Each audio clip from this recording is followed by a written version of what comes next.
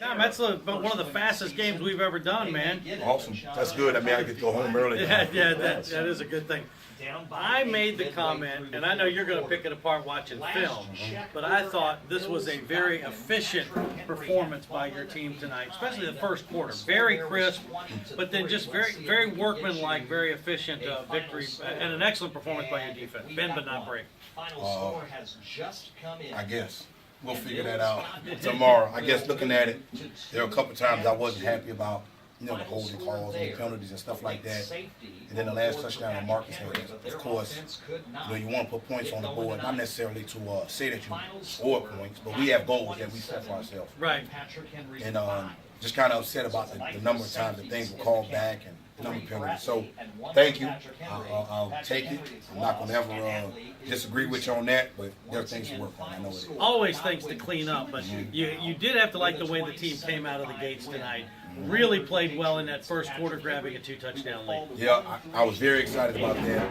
I told the guys on the news that I was disappointed in some of the things that happened in pregame. That's kind of within our own little deal. And I jumped all over and told them if we don't start the way I think we should start, then they'll be doing up downs in the middle of the field after the game. So hopefully that was a little motivation. Hopefully we'll have to get back to that. And despite the fact it's a 3-touchdown spread, and we could have made it 4. You look back and cut on the film, the third and fourth quarter, you can tell the kids, this is what this game was going to look like if we didn't do something in the first quarter. They were going to completely take their hair out of the ball. Cheatham's going to carry the ball 3 out of 4 times and gain 5 yards, and it would take time off the clock. And we knew that. We thought that was going to be their game plan from the jump. That they would just come out and they would milk the clock. I think every time we've played them, probably in the last 4 or 5 years, that's something that they've done. They've kind of eliminated our offense immediately. So we knew we had to switch that. What did you do early?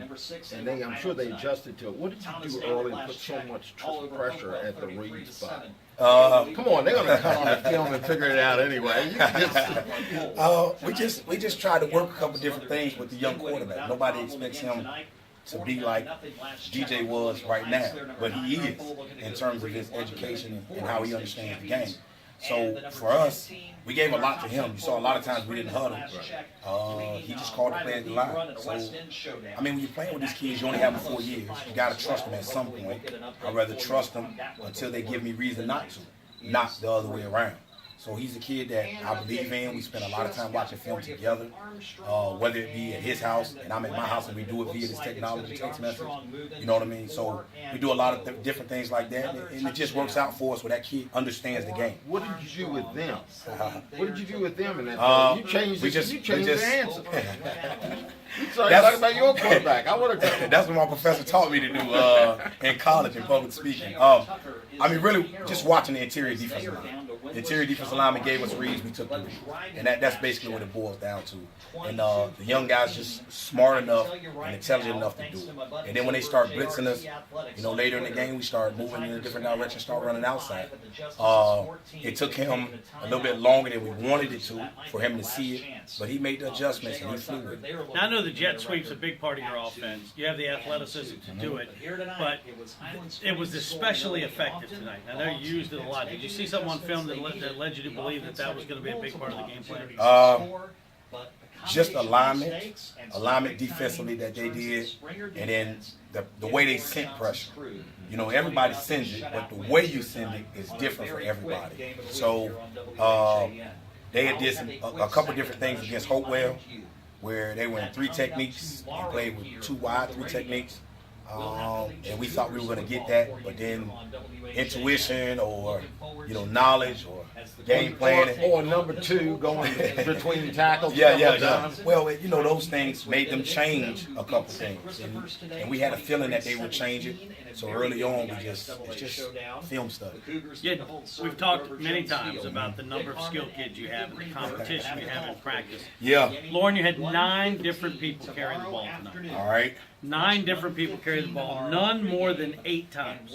Okay. And so That is good division.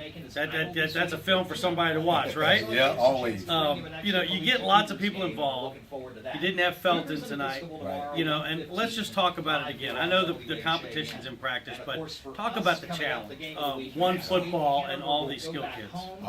It's just, you got to turn around, you got to get them involved. I mean, anytime you're playing, you got to find ways to get everybody involved. Early in the week, a young man that got the onside kick in the second half was a little frustrated about his play. But then when they kick an onside kick to him, he understands his purpose and his reason on our football team. So that helps a whole bunch, getting him where he needs to be. And that's just a testament to all the kids that we have. We just try our best to put the ball in everybody's hands, because at any given time, somebody could break the ball and go to business. We were talking about it up here about just how fast number 7 is. You've been around the game a long time. Have you seen many that run faster than he does? Maybe Mike. Maybe Mike will be. Right. Maybe Mike with the ball in his hands. Jaquan Burchett was pretty good with the ball in his hands for us. You know, when I got here a little early on in my career, but not many people are that fast with the ball in their hands. And when I mean fast, he does not lose a step with the ball in his And hands. he pops into tackle. Yeah. He is by far one of the aggressive guys on our team. You might think it's a lineman, defensive back. I mean, we got guys in those positions that will hit you, run through you. But Marcus is pretty good at it. Can I go back to something, and this is just for me and you talking, Yes, sir. but it's stuff it's important to our game. Okay. You said something, and it occurred to me, I see benefits from it in other areas. You talk about, what we're talking about is when we can't keep players happy, Right. you give them, they own roles, Yes, sir. in special teams. Yes, sir. And all of a sudden, they have their own set of goals. Right. And they have their own set. And you know what the other thing is? When you call that team out, all 11 guys show up. Absolutely. And I've noticed that's been a big change. All your transition stuff is so much smoother, and it's been very, very gradual. Yes, sir. But that says a lot to you and your staff, because Thank you. when you turn over kids, sometimes as a group they get collectively smart or dumb. But you kind of and tell them, but it's very, very important in our game, because this is a tough game to play and practice every day. It is. And it's hard to keep things, together, and it's been conversations I've had with parents and with coaches to try to keep the participation where it is. So you to be congratulated the way you got these kids, because I know it's important. It is. I mean, my number one thing is I have a 9-year-old that plays. I have a 7-year-old that plays. And I get opportunity to see referees on the weekends after games and see parents and things like that. The number one thing I want my kids' coaches to do is get everybody involved, because it's a learning process. Felton could have played tonight, but he's got a lot more football beyond Highland Springs. I did the same thing with Ryan Williams, who's now with the Dallas Cowboys. Same thing with Damian Thigpen, who went to Arizona. Chris Garrett, who's in Saskatchewan. You know, those guys are going to play football beyond. So when you see guys like that, you want to get them involved. You want to get the guys behind them involved, and you want to give everybody an opportunity to continue playing this game on the next level. That's just my goal. I want all of my kids, if I can get all 22 of my seniors to go to school, and we can win the state championship in the same year, I'm going to walk away from the game. That's my 2 goals. I know that's a very difficult thing to do, but that's just what I want to do. If I can Calling do your those 2 shot, things, I love it. that's what I want to do. That'll last 2 weeks. That'll last 2 weeks. I'll retire for 2 weeks then. But you know, you got to set some goals for yourself and to get everybody involved. When I turn around, I got guys that don't play, and I want them on the field because they're good enough, and they show you they're good enough in practice to play. So just try to do our best. I'm going to ask you this. I know the answer, but I'm going to ask you anyway. All right. You're 4-0. Yes, sir. You got work to do. Yes, sir. Film will tell that. Yes. Do you have a feel yet for how good this team can be? At times. You know, when we're explosive and everybody's blocking, everybody's doing what they're supposed to be doing, yes, I do have a feel, and I think we can be pretty good. However, it's yet to be determined because I've not seen it completely throughout the whole game. You know, last time we were on the radio, we didn't score a lot on offense, but our defense played well and our special teams stepped up. So you got 2 out of the 3 phases. I think the only time we played a 3-phase game was the first week of the season, and that was against Colonial Ford. But it was so much time to work on them.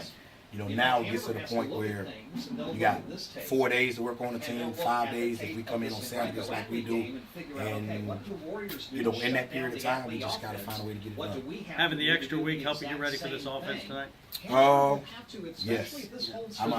And let me tell you, I'm listening to your interview on the way over here. Yeah. And I'm going. And by the way, I was here when we played it. But I understand. I was listening I to it. understand. I'm driving over it. I'm going. I don't know. I don't know, because I know your kids a little bit. And I said, I'm not sure I want a free week. I don't, you know, with them and stuff like that. But I think you did pull that off. I really do. Well, the number one goal is again, keep the captive audience captivated, right? So we have to find ways to do that, and you have to be creative to do that. And our coaches are such. You know, we just, everything that we do, how we do it, when we do it, has a purpose. And, you know, we just got to continue to work that way. And if we do, I think we'll be successful beyond football. And that's what our number one goal is. Okay, we'll let you go. Congratulations. Thank you, man. gentlemen. Loren Johnson, the victorious. Think how good it feels when you're home and you got plenty of time. You can even watch the end of Blue Bloods a little bit. Yeah. Before that things come on Channel 6. I think I'll be watching Dora the Explorer or something like that while my daughter's still up. I saw your little dance team down there in the center of the field anyway. I'll have that. But think about that for a second. That's another motivation for you guys to keep playing clean games. We've seen you lengthen games. Yes, sir. We don't want to do that at all. It was a good thing, but that's a nice program win.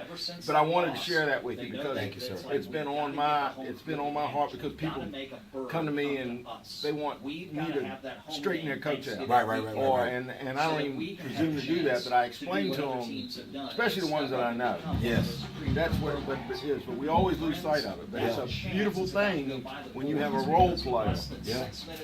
And all you have to do is move back into a business in your own neighborhood and have that kid that started for you on kickoff return. Remember that guy that laid out at Armstrong Kennedy that Absolutely. night? Stuff like that. You realize it sticks for him the rest of your life. Armstrong Kennedy. Wow, the way back receiver. But he's talking about his deal. Okay, Thank you, we'll let you go, Loren. We'll take time out. We'll be back in a moment with more postgame. Sports Radio 910.